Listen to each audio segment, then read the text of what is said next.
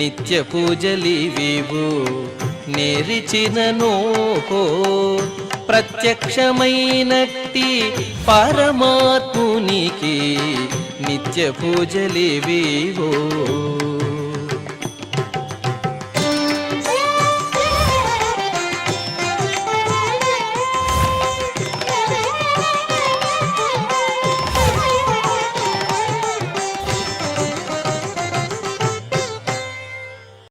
ఓం నమో వెంకటేశాయ. ఈరోజు సోమవారము, శ్రీ విశ్వావసునామ సంవత్సరము, ఉత్తరాయణము, శిశిర ఋతువు, పాల్గొన మాసము, శుక్లపక్షము, చతుర్దశి తిథి, ఆశ్లేష నక్షత్రము, మార్చి 2, 2026.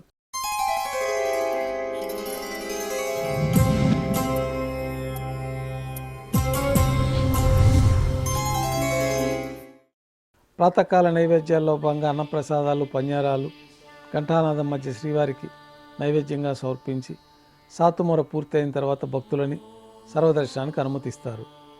కొద్ది విరామం తర్వాత మాధ్యాహ్నిక ఆరాధనలో భాగంగా బంగారు పంచపాత్రలో శుద్ధ జలాన్ని నింపుకొని దేవతామూర్తులకు ఉపచారాలు సమర్పించి తులసి దళములతో అష్టోత్తర శతనామార్చన నిర్వహించి మాధ్యాహ్నిక నైవేద్యంలో భాగంగా అన్నప్రసాదాలు, పన్యారాలు స్వామివారికి నైవేద్యంగా సమర్పించిన తర్వాత భక్తులని సర్వదర్శనానికి అనుమతిస్తారు. ఉభయ దేవేలతో శ్రీ మలయప్ప స్వామివారు బంగారు తిరిచిపైన వేంచేసి మేళతాళాలతో ఊరేగింపుగా సంపంగి ప్రాకారంలో కల కళ్యాణ మండపానికి చేరుకుంటారు. కళ్యాణోత్సవం ప్రారంభమవుతుంది. పుణ్యాహవచనము, అంకురార్పణ, రక్షాబంధనము, అగ్నిప్రతిష్ఠ, కళ్యాణోత్సవం సందర్భంగా స్వామివారికి, అమ్మవార్లకి నూతన పట్టు వస్త్రాల సమర్పణ, మహాసంకల్ప పఠనం, మాంగళ్యాలకి ఆరాధన, మాంగళ్యాల పూజ పూర్తయిన తర్వాత స్వామివారి తరఫున అమ్మవార్లకి మాంగళ్యాల సమర్పణ. ఈ సందర్భంగా స్వామివారికి, అమ్మవార్లకి కర్పూర నీరాజనము, విశేషమైన హోమాలతో పూర్ణాహుతి పూర్తయిన తర్వాత మాలా పరివర్తనం అనే కార్యక్రమాన్ని నిర్వహించి ఉభయ దేవేరులను స్వామివారి చెంతకు చేర్చి ఈ సందర్భంగా అక్షతారోపణం అనే వైదిక కార్యక్రమాన్ని నిర్వహించిన తర్వాత కర్పూర నీరాజనము, నైవేద్యము, కర్పూర నీరాజనంతో కళ్యాణోత్సవం పూర్తవుతుంది. కళ్యాణోత్సవం భక్తులందరూ దర్శనం చేసుకున్న తర్వాత ఉభయ దేవేలతో శ్రీ మలయప్ప స్వామివారు మేళతాళాలతోటి ధ్వజస్తంభం వద్ద కల అద్దాల మండపానికి చేరుకుంటారు. వేదపారాయణ నడుమ ఊంజలి సేవ నిర్వహించి కర్పూర నీరాజన సమర్పణతోటి ఊంజలి సేవ పూర్తి అవుతుంది. ఈరోజు తెప్పోత్సవాల్లో భాగంగా ఉభయ దేవేలతో శ్రీ మలయప్ప స్వామివారికి విశేష ఆభరణాలతో అలంకరణ జరిపి పుష్పాలంకరణ పూర్తయిన తర్వాత మేళతాళాలతో ఊరేగింపుగా 4 తిరువీధుల ఉత్సవం జరుపుకుంటూ పుష్కరిణిలో తెప్పలపైన వేంచేస్తారు. వేదం, గానం, నాదం నడుమ తెప్పలపై విహరిస్తూ భక్తులను అనుగ్రహించి ఉభయ దేవేలతో శ్రీ మలయప్ప స్వామివారు బంగారు తిరిచిపైన వేంచేసి మేళతాళాలతో ఊరేగింపుగా శ్రీవారి ఆలయంలో చేరుకుంటారు. ఆలయంలో ఉత్సవమూర్తుల సళ్లింపు పూర్తయిన తర్వాత నైవేద్యాన్ని సమర్పించి గర్భాలయంలో వేంచేస్తారు. వెంటనే రాత్రి తోమాల సేవ ప్రారంభమవుతుంది.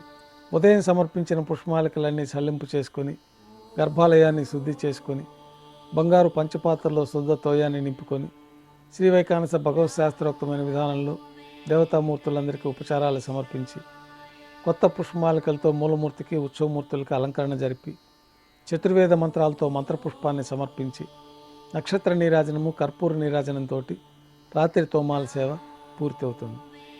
తులసీ దళములతో అష్టోత్తర శతనామార్చన నిర్వహించిన తర్వాత రాత్రి నైవేద్యంలో భాగంగా అన్నప్రసాదాలు, పన్యారాలు, దోశ, ఘంటానాదం మధ్య నైవేద్యంగా సమర్పించి తిరువీస నైవేద్యం పూర్తయిన తర్వాత భక్తులని సర్వదర్శనానికి అనుమతిస్తారు.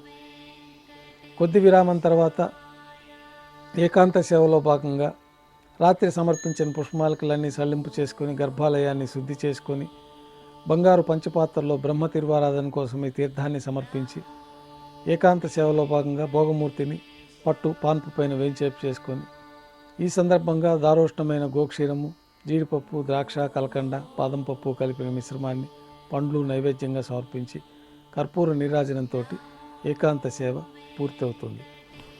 ఓం నమో వెంకటేశాయ.